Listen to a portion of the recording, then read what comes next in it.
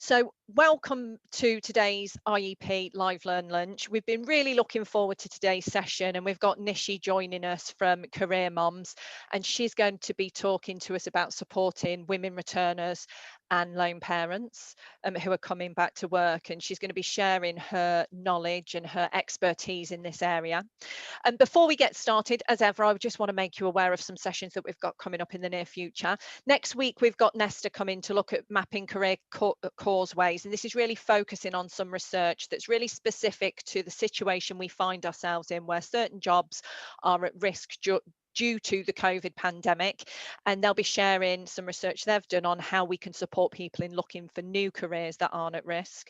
And the week after, we've got Whitecalm joining us again, and they're going to be doing a session around the importance of movement on health and well-being while we're sort of working from home, and sort of some of you are like me, stuck in an office, in a small office. How can we move around? How can we make sure we're staying fit at those times? So just a couple of the great things we've got coming up.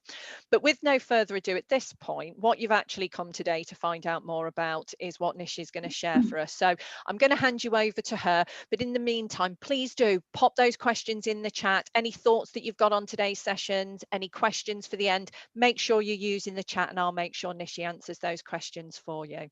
Thanks a lot, Nishi. Over to you. Thank you, Helen. I'm just going to start my screen sharing as well. So I'm just getting a note on here saying this will stop at the screen sharing, because you're okay with that, aren't you, Helen? Absolutely. Just move this out the way so I can do my slideshow. Oh, okay, just bear with me a minute.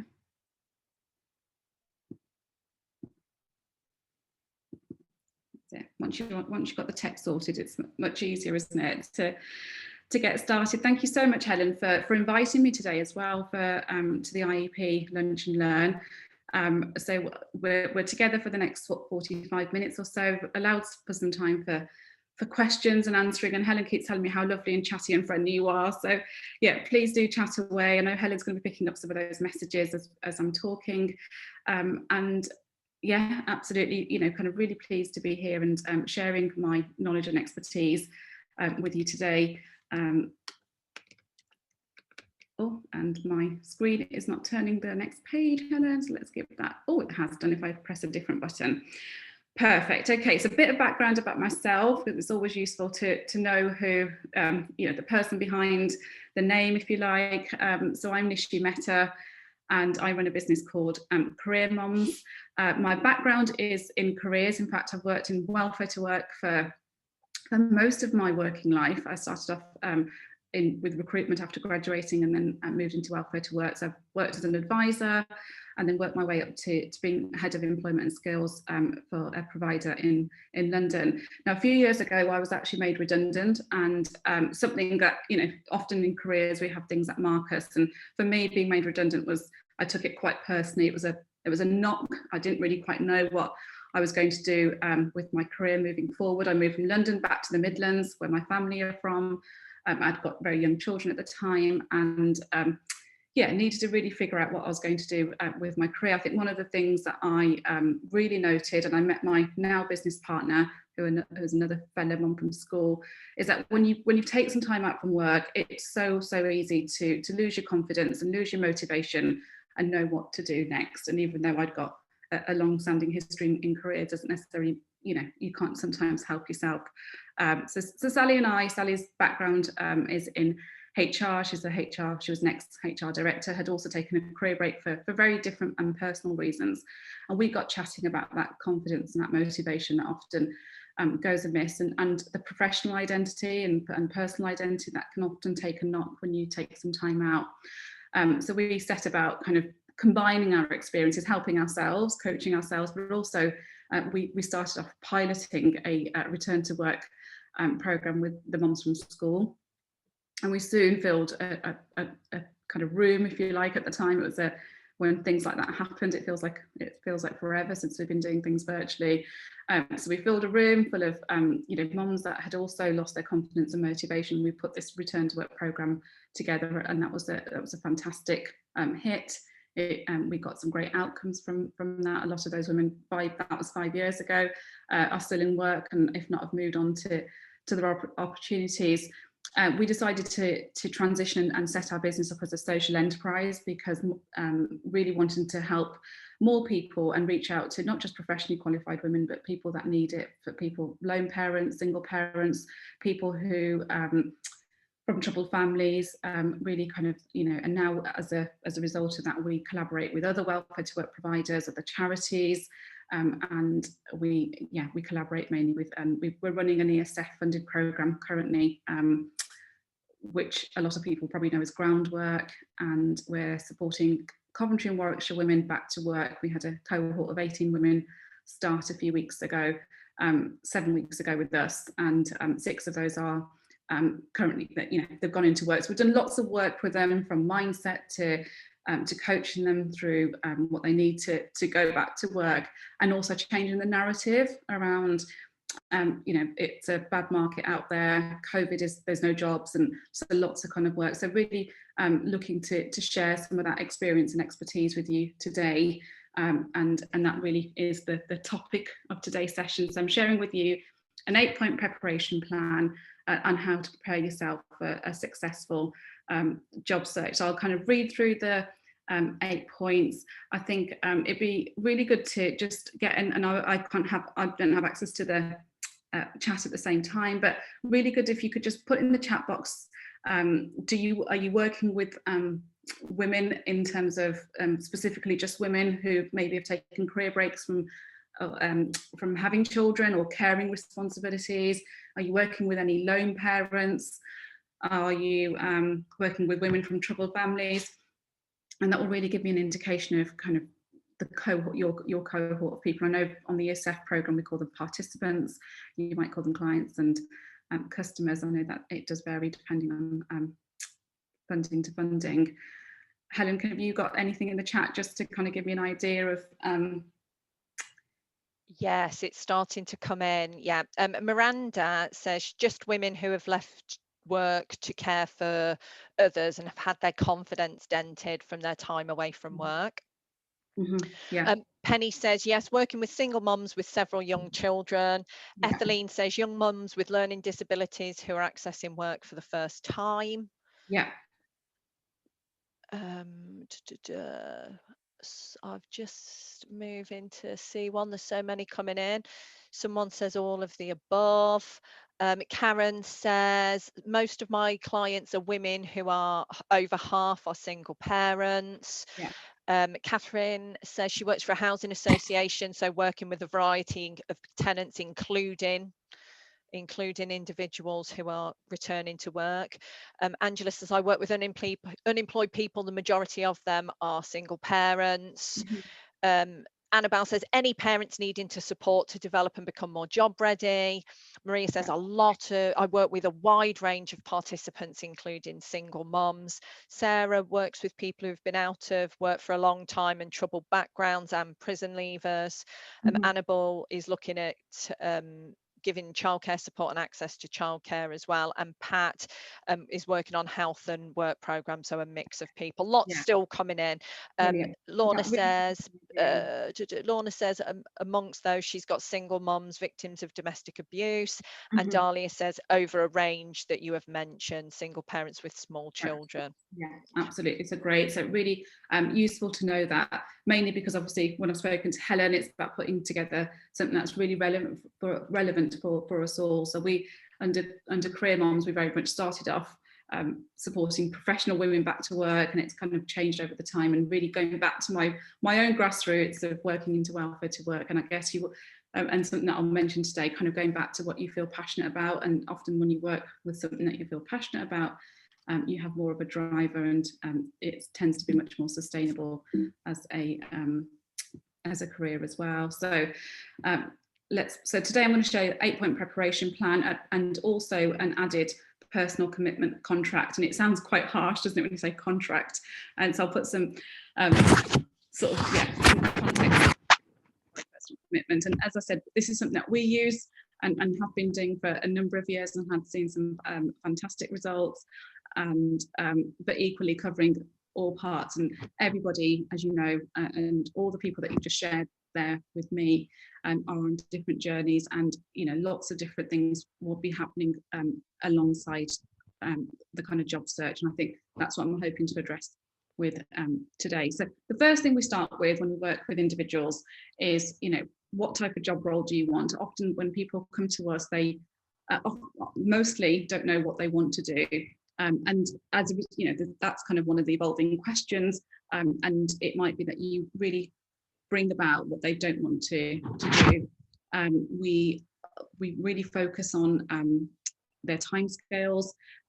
Sometimes it's a case that they've got school-age children going to school, and that's often their turning point of thinking about when they're going back to work, particularly coming out of their comfort zones. And we really look at kind of what their terms are. And I know that some of the women that we've worked with often really do thank us for that, kind of going back to the basics, because sometimes we're just so focused on matching jobs and finding things and moving forward and progression because of outcomes, and that could be a kind of a progression sort of target issue, but equally kind of looking at what those foundations are, what your must-haves and nice-to-haves.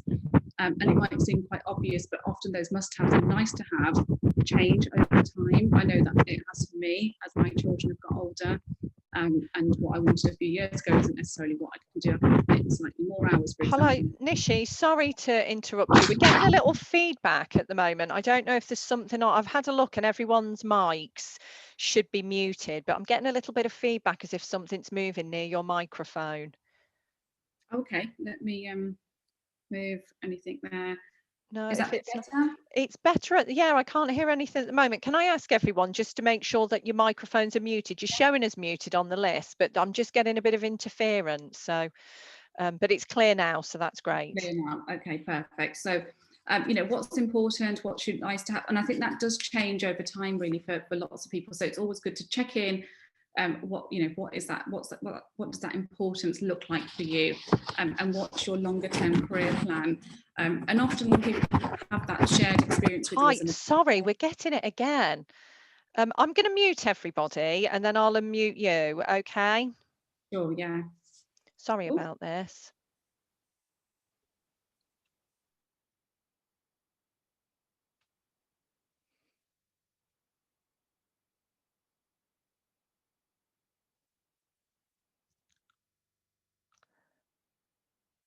Right.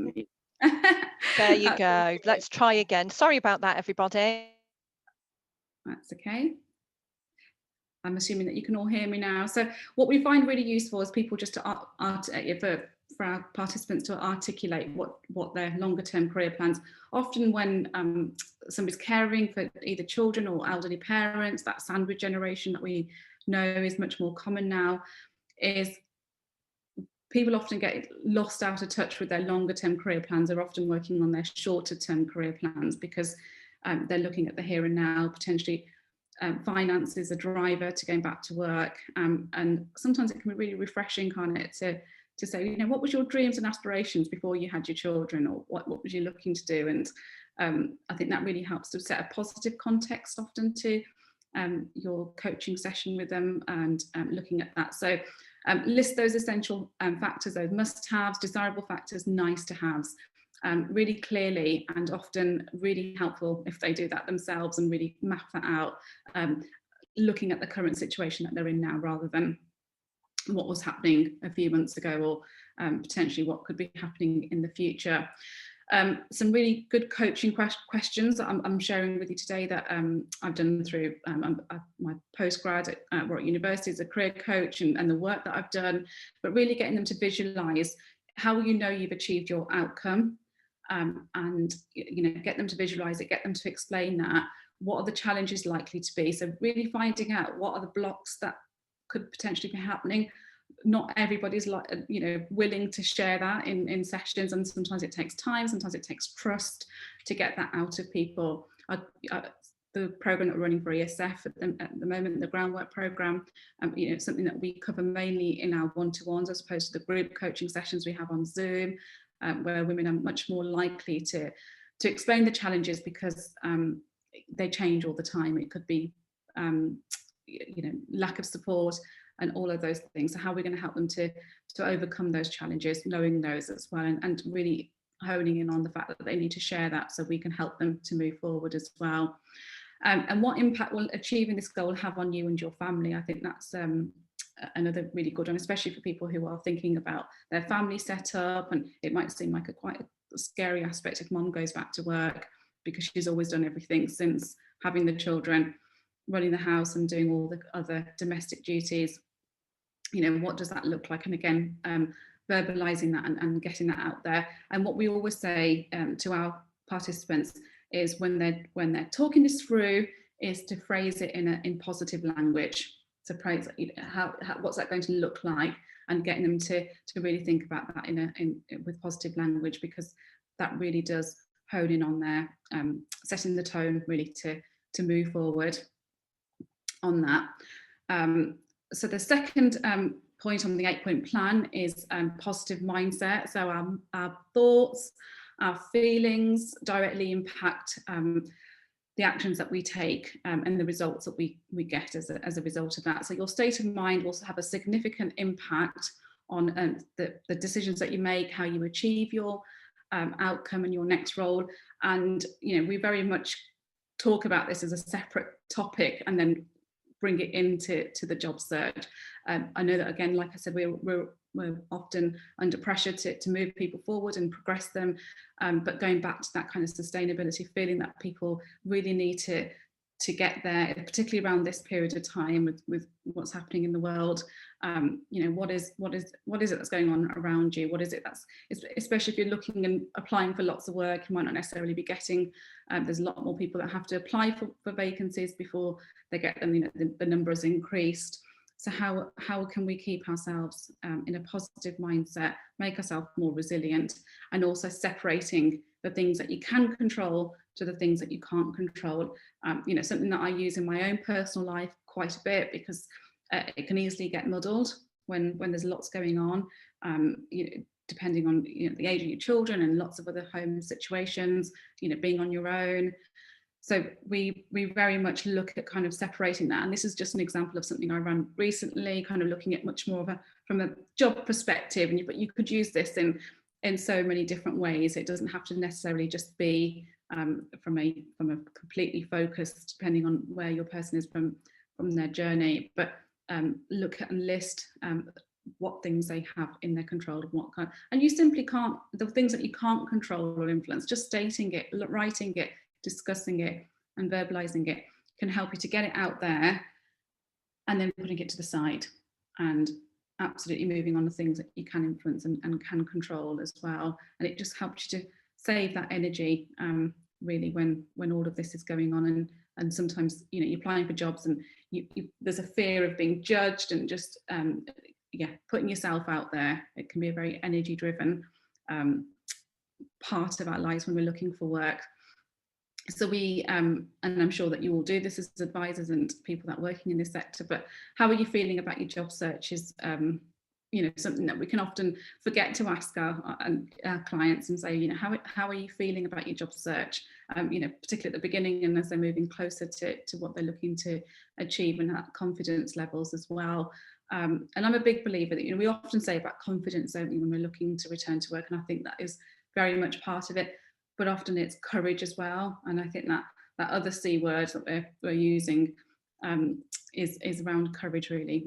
What does that courage look like for you as well? And that fear of coming out, and that self-belief that often comes from that.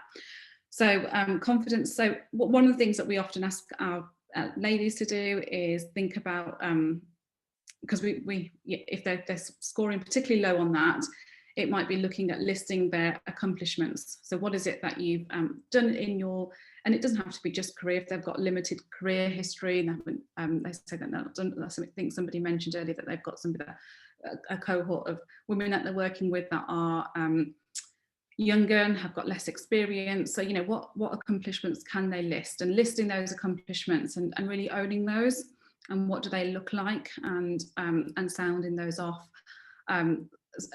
The work that I've done over the years and welfare to work, you know, I think there's definitely a career amnesia that can happen as the longer your career break happens. And I call it career, and I know we all call the gap that we have, or some experiences, very different things. But often people can forget about their accomplishments and what they've done because they're in mum mode, or they're too busy caring for somebody else. And it's easy to forget that. So we spend quite a bit of time really figuring that out with them, so that they can really believe in themselves. Positive affirmations are really, really popular for many people. I'm a big fan, whether you use a vision board or something, but it's about focusing on those positive beliefs about your job search, that you have got the ability and to trust in yourself. So, writing those positive, we encourage our participants to write their own positive affirmations and what that looks like. And if people struggle with that and can't quite get their head around, kind of, they're not feeling particularly positive at the moment, some people like the adage of faking it until you make it. I know people have very different viewpoints on that, but just listing some things on a post-it note. So I've made some suggestions here really to share with you, so that you can hone in on that. So it's that kind of drive and connection that you can have about positive positive affirmations that can really support you there. And putting that somewhere that you can see it, I think that's really, really important. So,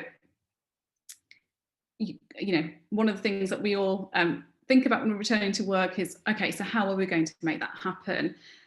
If you're working with a mum, for example, somebody that's got young children, they're on their own, they might be caring for family members, they might have a really, really busy life and set up at home, and often quite can't work out or dedicate that time or justify spending that time on themselves, and even though they might have a driver to go back to work for a variety of reasons, it might be that they're looking to be a role model for their children, earn an extra some financial contribution to the house. We really do focus on this as a real main point. So how, when, where and how are you going to make that happen? It's simply not going to get done amongst everything else and serving everybody else's needs. So, really focusing on that. So setting regular hours for when you can focus solely on your job activities. We actually use a weekly job search planner, almost like a temporary job contract. Helen, I'm happy to share that with you at the end of the session, so you can share it with the participants. It's like a download, but it's easy to fill in and use. Really kind of looking at, I think often it highlights when people fill that in, that how little they're doing, or maybe not, but kind of just seeing that in a kind of on their own basis of where that's happening, deciding on where they're going to make that job search happen. Have they got a quiet spot in the house where they can do that? Maybe not. We're all working and living in very kind of all the lines are very much blurred, aren't they, even with us working from home, but where can they find some headspace to do that? And if they've got younger children, it might be in the evening and so forth. But and if progress is not being made, I always say this to everybody: change your approach. And I can't think of the quote to hand, but it's something around, insanity is when you keep doing the same thing and expecting different results. And that always comes to mind with things like this. If something's not working and you're doing lots of job applications and things are happening, there might be potentially a way that you can have a look at changing your approach. And I'm talking much more on a practical job search point of view, not necessarily from a personal point of view, which would need to be looked at separately. So check in on, and I'd encourage them to check in on themselves. So put a note to themselves. So often we think about advisors and we need to be giving them this information, and then therefore they can achieve their outcomes. Put some onus on them as well. So what progress have I made this week? What's gone well this week, and how can I improve or change for next week? And they can potentially bring that back to you for your next session, the next session.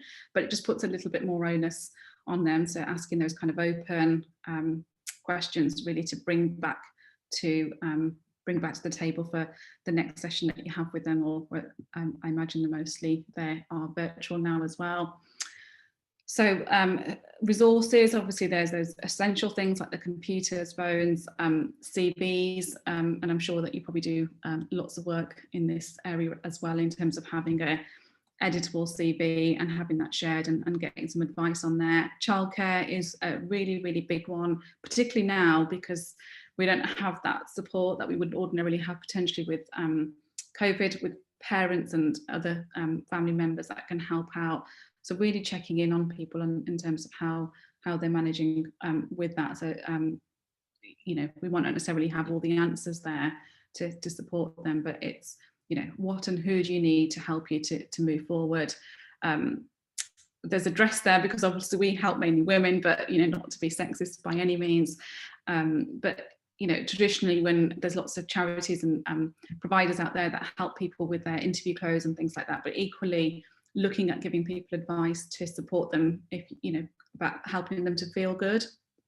We're all living very much online and not socializing as much now. What support can we give our participants to help them feel better about themselves and still feel that they can present themselves and have the confidence to do that? And sometimes we can lose just as much as we feel often socially awkward now because we're not interacting as much in that way. You know, what can we do to support them to feel better? I've got LinkedIn there because that's kind of the biggest social media platform to help people find work. We obviously know that not everybody find work on LinkedIn or feels comfortable to use LinkedIn.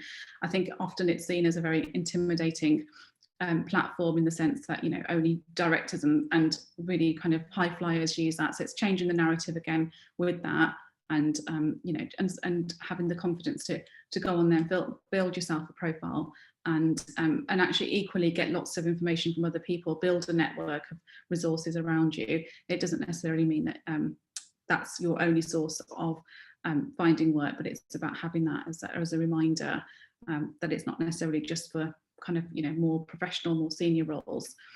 And a coach, which obviously comes to us really, but that accountability, and when we can keep it consistent with our participants, and I'm sure you all do, keeping that regularity so that you've got somebody to check in. I know I work much better when I've got somebody to work with, and that includes on a health and fitness level as well. So I'm doing regular Pilates class with somebody that I know I'm signing into, and if I don't turn up, she checks in on me if I haven't turned up for that session. So it's about having that accountability with people so that you can they can check in on you as well.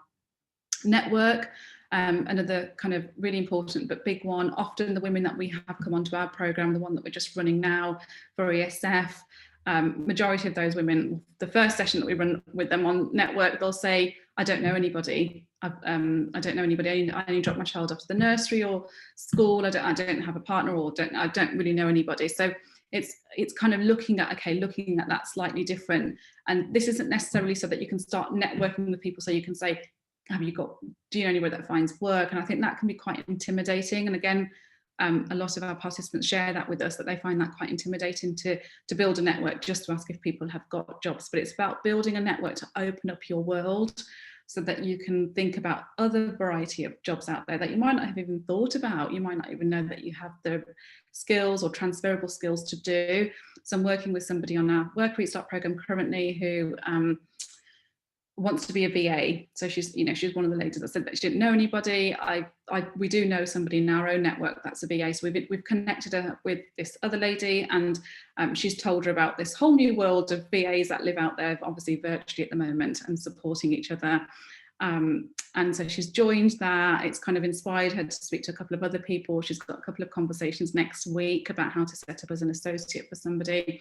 And this is kind of somebody that said, absolutely no, I don't have anybody that I know from the network that I've got, especially with COVID. There isn't that sort of school gate situation happening as much now.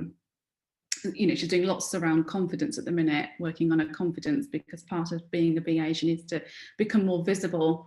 And obviously being visible online can be quite intimidating for some people. So we're doing some work on that, which is slightly separate. But, looking at that network, what does that look like, and breaking it up. So this is what I did with my participant. We kind of mapped out all the family, friends, previous work contacts, hobbies and interests.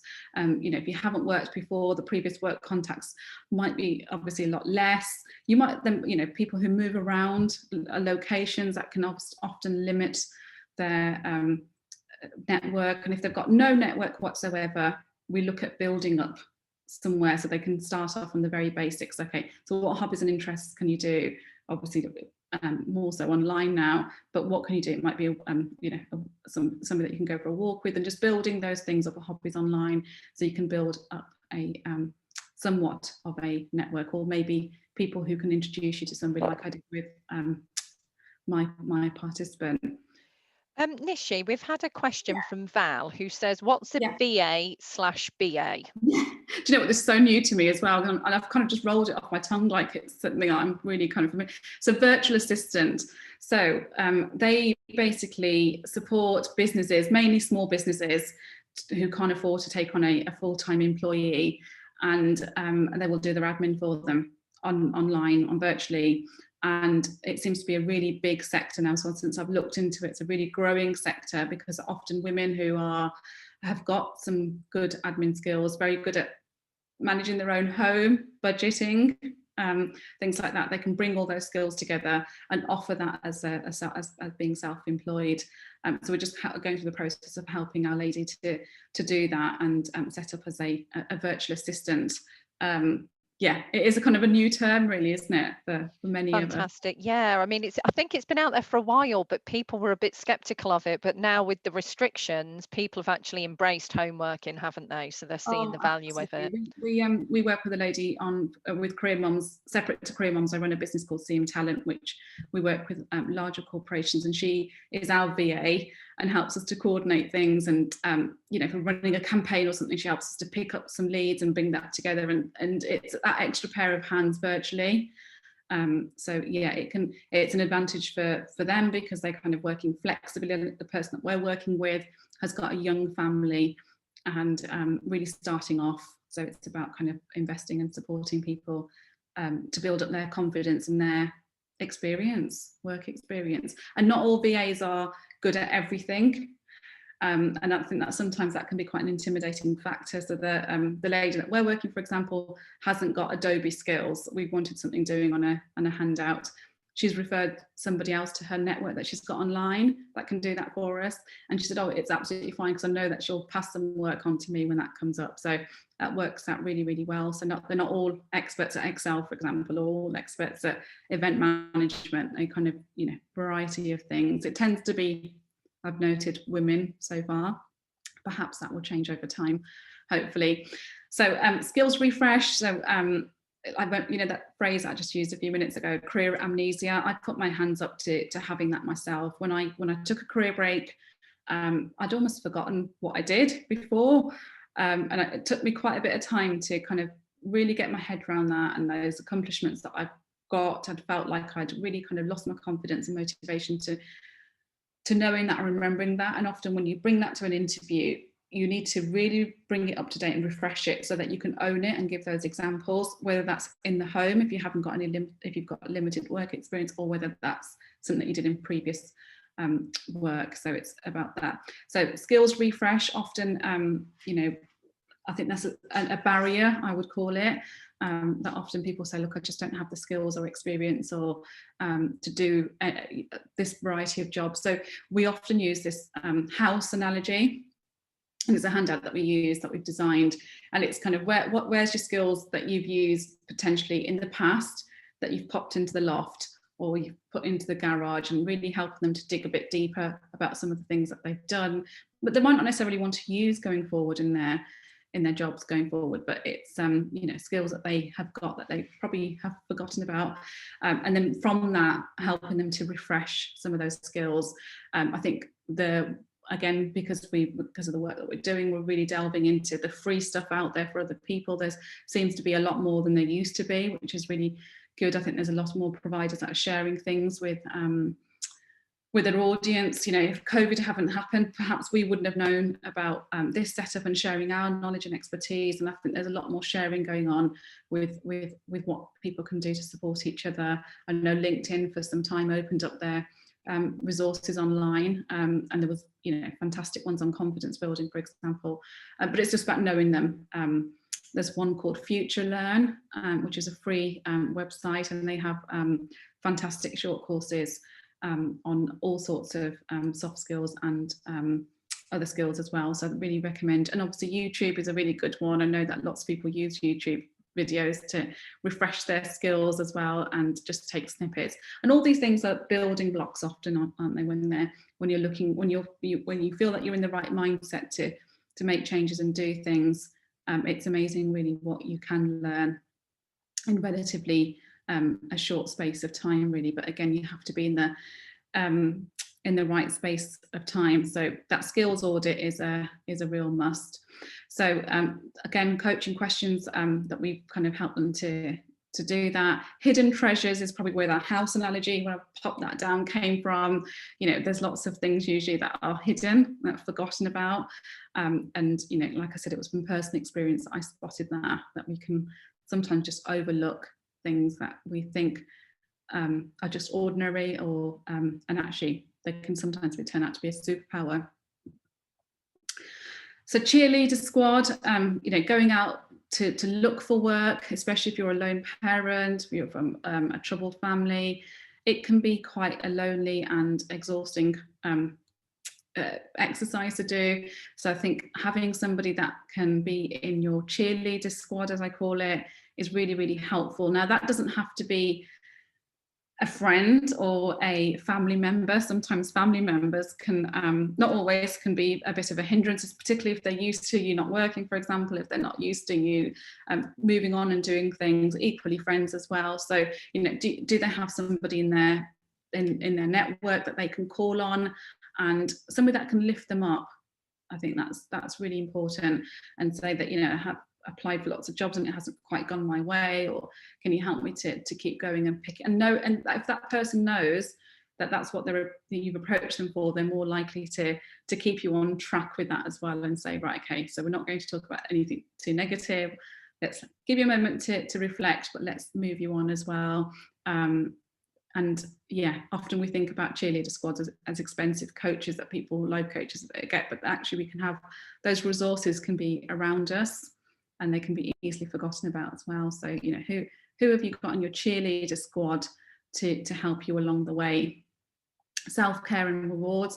Often mums or carers, people who are caring for other family members, are last on the pecking order. And often don't look after their own personal needs. And I'm sure you've all heard of you know, you can't pour from an empty cup.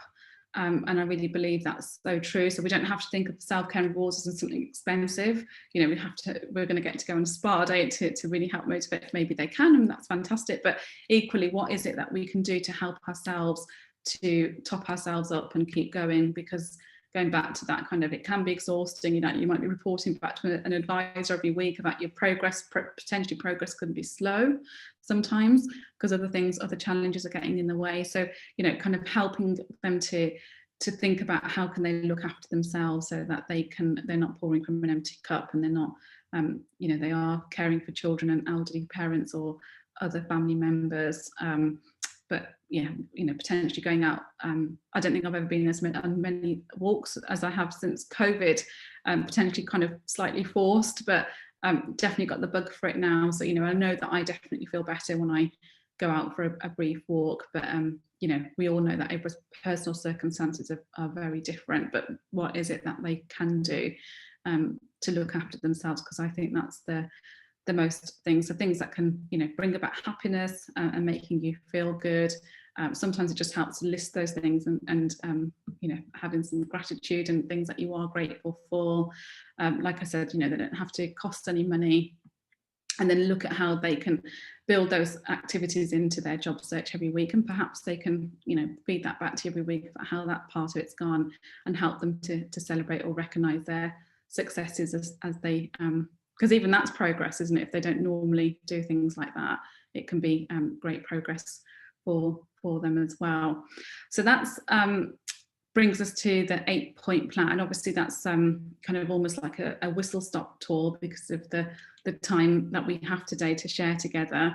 And, you know, like I said, it's a tried and trusted method. You know, we dip into some of these and dip out depending on people's circumstances, but really kind of, you know, a format that's worked really well for us to support returners and lone parents.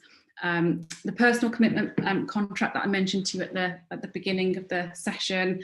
And really this is about treating your job search as a temporary job contract here. And again, Helen, I'm happy to share that as a resource to you all. So it's about helping people to set up that kind of, this is where I'm committing my time, and this is what it looks like, and this is what I'm doing, and almost kind of signing it to yourself to doing that. And that can change week from week. And again, personal circumstances might get in the way for certain things happening, but it's about, even that can be making progress by committing to something. We often say show up as your professional self. If they've had a particular background, they're looking to get back into it or change things, and really thinking in the head of what that next role could look like. And focusing regularly on your outcomes, be clear on what you're prepared to compromise on as time goes on, and review that regularly. And I think the most important thing out of all of this is we really say to our participants, our ladies, trust that you will find your ideal role, and that trust within yourself can be priceless, really, in terms of finding that thing that's going to keep them going. Often women who have taken career breaks, and there's lots of research to show this. PwC did a report with women returners in 2018 to show that women who take career breaks often will go for lower paid, lower skilled work, and they costed it to the economy, and saying how many millions of pounds it's costing.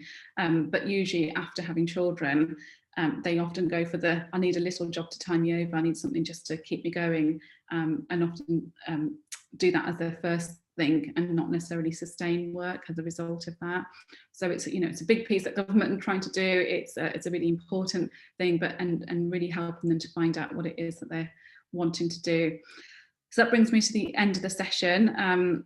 As I said, we're a social enterprise. We offer lots of free resources, and we have a Career Mums Club, which is on Facebook. We also have a weekly newsletter that goes out to everyone. If you're a parent, if you've got participants that are looking to go back to work, I've just basically listed the website because it's easy to go into the website, and then there's a variety of things that you can sign up to, rather than having lots of hashtags and links everywhere. So that can and hopefully we're quite easy to find. We just got a hyperlink in the career or in the moms together, so that you can find us as well. So that brings me to the end of the session. We'll stop sharing because I think I should be able to see people's faces, or names at least, and then see the chat, because I couldn't see anything before. I could only see the presentation. So not to worry, we can see you, and that's the important thing. That's lovely.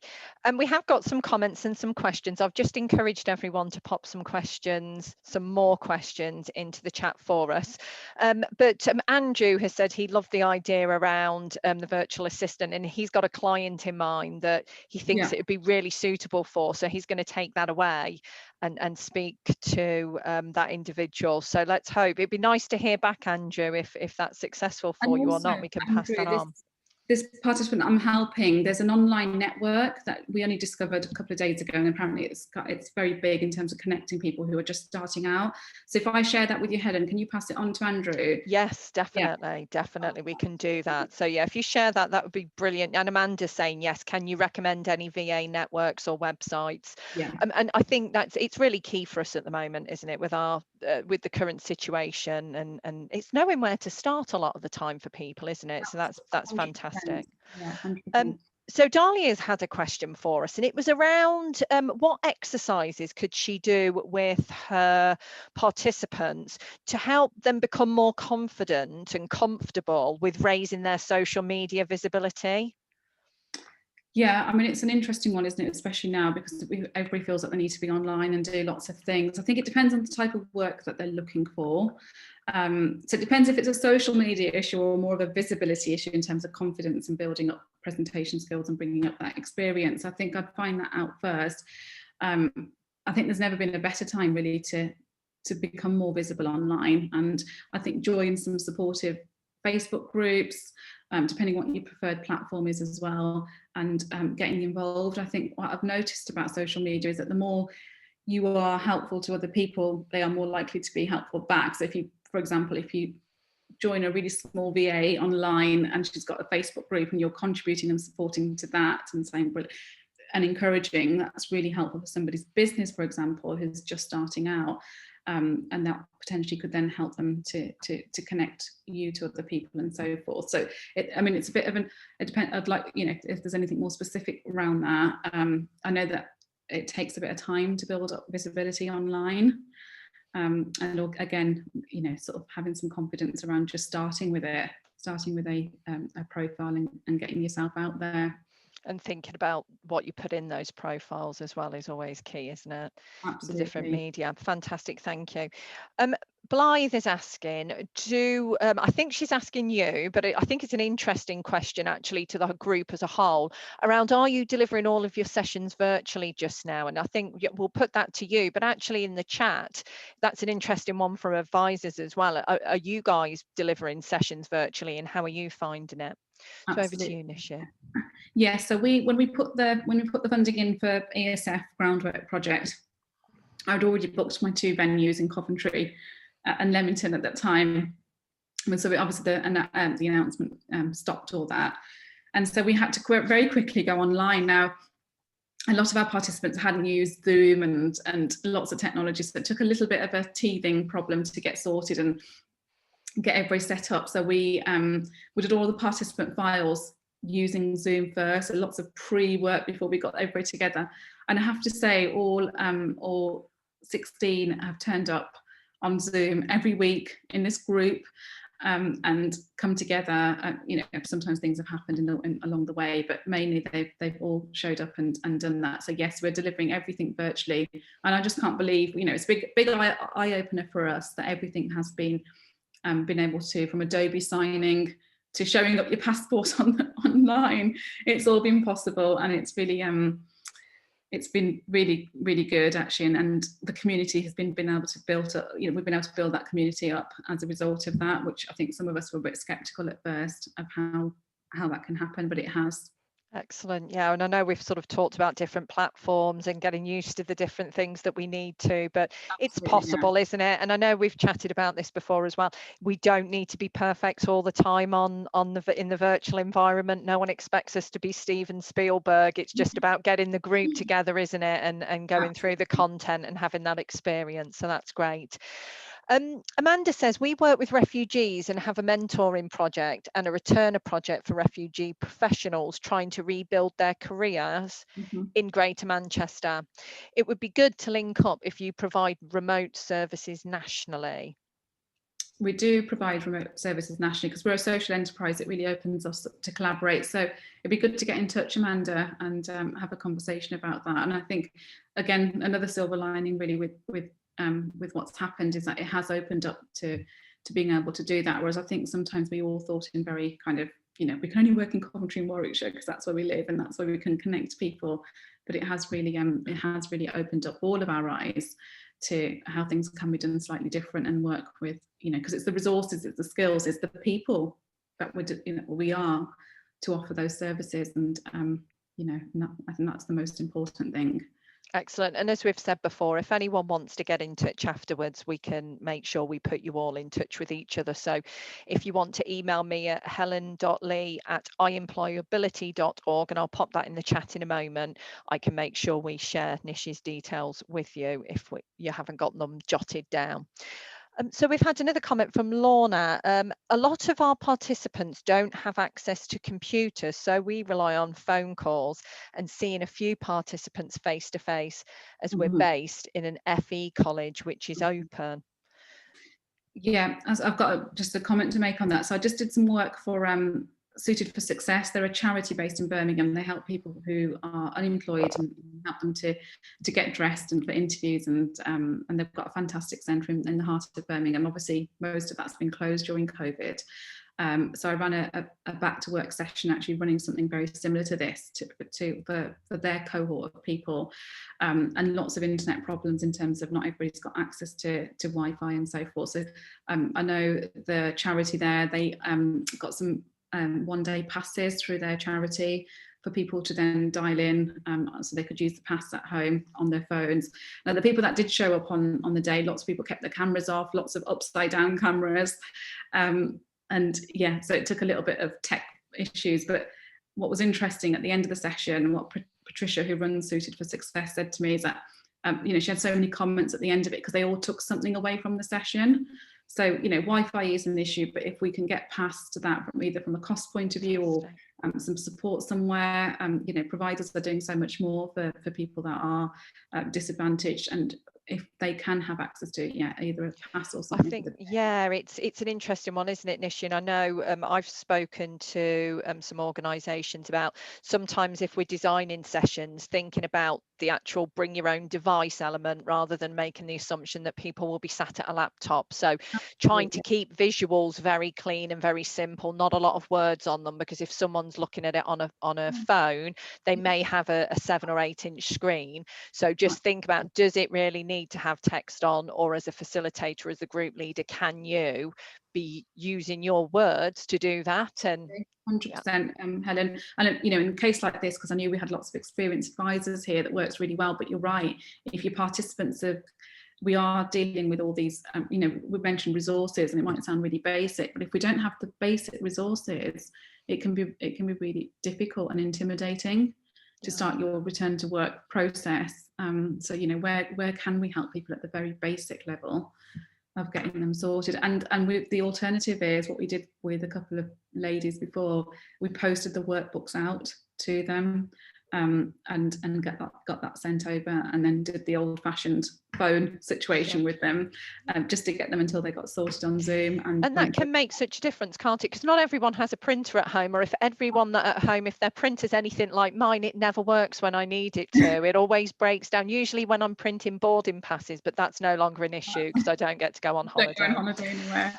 Oh no, same here. But we had to use our home, Sally and I obviously used our home printers, which we thought were going to, you know, they were going to end one day. We're like, are they going to still go? But they've kept going, and and that worked really well. And obviously, if people are being COVID, which is natural, they might want to quarantine the paperwork for a couple of days before they touch it. But once they've got it through the post, you know, next day delivery, we just use normal post, to be honest. And when they receive that, then we can go through it, and they don't feel like they've missed out. Because I know for a fact one of the ladies said that she would have dropped off the programme if we hadn't sent it to her. Her daughter's been very poorly.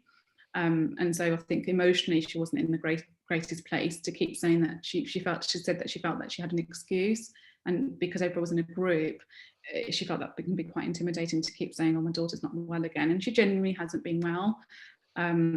So it's about kind of helping people in a different way until they're a little bit you know, more ready to participate. Okay, thank you for that. So Maria said, thank you very much for the session. It's been really useful. And now that she's found you, she will definitely be using the website and resources with her participants. So we can't ask for more than that from one of these sessions. That's great news. Thank you. But we have one more question for you at the moment. Where do you recruit your participants from? And is this a challenge for you? That's from Blythe. Absolutely. I think getting people through the door, and, you know, in an ideal world, you kind of put an advert out, or you put a press release, or you'd say that you've got this funding and you're going to, and lo and behold, you know, you might have lots of people applying. And so for the Work Restart programme, the ESF funded programme that I mentioned, we put it out there on social media. We use Facebook and a couple of mom magazines locally, obviously online. And we had absolutely hundreds of people apply. Now, most of those didn't pick their phone up or reply to text messages or anything. And it's always interesting, the reasoning behind that, because you think they've gone to the hassle of applying. They filled out. We set up a Google form in Coventry and Warwickshire. They've been out of work for a period of time.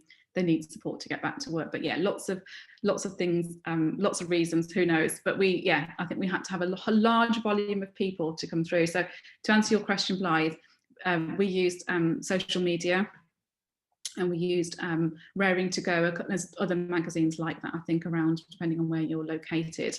And usually, you know, if you kind of anybody who is a marketeer on this session, people have to see things so many times before they take action. I think it's, you know, the last count is 7 times. And I find that, you know, still fascinating. So sometimes we, as providers, we want quick results. We get an advert out there, we want people to just apply, and there you go. And we all know how tiring and exhausting it can be to get, you know, people on seats. Really, it's not quite straightforward. Or there's lots of other things happening in their life that they feel that they need to address first, and they want it, but things are coming up in the way. So I know because we're running another program next year, a couple of people who applied this year have recontacted us because they're a little bit more ready. Sometimes it's the confidence just to even come onto a program can hold people back, and it's knowing that. So excellent, thank you. I'm just aware of the time, so we've got about a minute and a half left. So Amanda's shared an interesting comment. In Greater Manchester, young people under 30 can apply to the Prince's Trust for a development award of up to £250, which locally has been a donated notepad for those that need it. This could be available nationally, so I'm not sure if it is, so it could be something for people to look into. Brilliant. Okay. Yes, that's it. It's a good tip there, so everyone can have a look at that. Karen is saying thank you so much. Really interesting session, and we'll be definitely checking out the website. Fran has said thank you so much for this. It's really helpful and informative. And Blythe as well has said thank you for your answer and for the excellent session. So I think unless we've got any more. Oh, and Angela's saying thank you as well. They're all coming in now, thick and fast. So unless we've got any more, we've got about 30 seconds left. So but I mean, like I said, Helen, I've got those resources that I'm happy to share because they help out our participants, and given the situation we're all in, the more we can share, the more we can support our learners as well. So happy to share all of that with you. Great. So if you get that across to me, what will happen next for those, we're getting a few questions in around some people arrive late and miss the start. So we will be sharing this session later on today on the IEP YouTube channel. So if you've not already subscribed, guys, go ahead and subscribe to the channel as well, because all of our sessions, all of the work we do, we record and we share via the channel. So for people who can't always attend, so get across there, and then you receive the notifications and you won't miss it.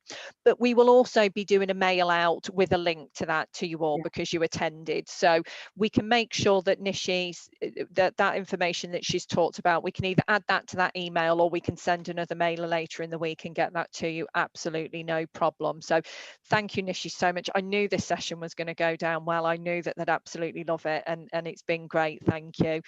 Thank you all for those who've participating, because obviously, lovely commentary. I think that makes such a difference, doesn't it, when you're running a session and delivering something to have. Excellent. Yeah, they do. I told you they were all lovely, didn't I? And you can see now from the chat that they're all saying great to know that organisations like that yours are out there to help women, and it's been an excellent session. So I agree with all of those comments, and thank you, guys.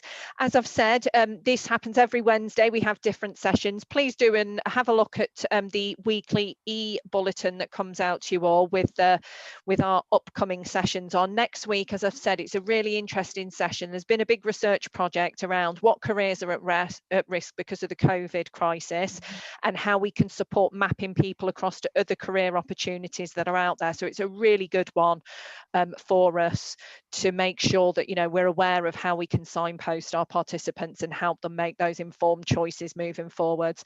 And then the week after, it's one for us again. It's around the importance of movement to health and being while we're working from home. So White Calm are going to join us. They're bringing us a personal trainer, and he's going to run through how we can do some exercises to keep us happy and healthy from our desks, whether that be in an office or whether it be at home.